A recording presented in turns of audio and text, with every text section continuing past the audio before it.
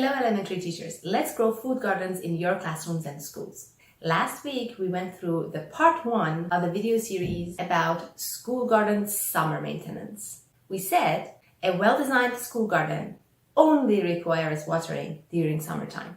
And we specifically talked about weeding, cleaning up, and harvesting chores and how to eliminate them. Today is all about pest and disease and how to design a garden to reduce the chances of those during summertime. And then we will focus on the watering chore for the rest of this week.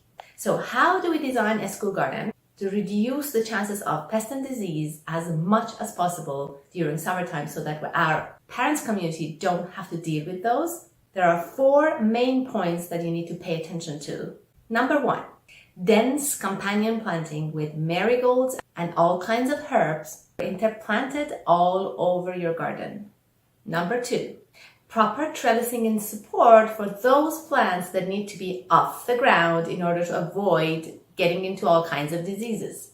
Things like tomatoes and peas and beans and cucumbers.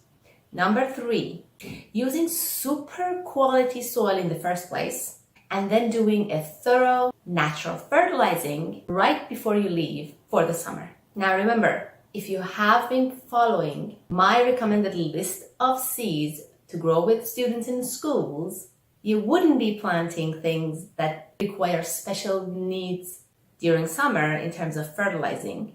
And by the way, if you haven't seen that list, it's free. Go wherever you're watching on my profile and you can grab it for yourself. And number 4, consistent, generous, and proper watering all throughout summertime.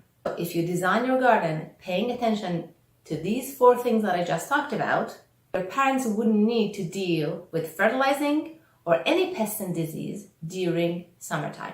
The chances of those will be reduced significantly. Now, that's not to say that they will never happen, but they will happen a lot less often and with a lot less severity. And when you come back in fall, you can deal with those few things that came up together with your students. Now, for the rest of the week, we will be focusing on making sure that your parents are empowered and set up properly to do the only chore that they need to do, consistent, generous, and proper watering throughout summertime.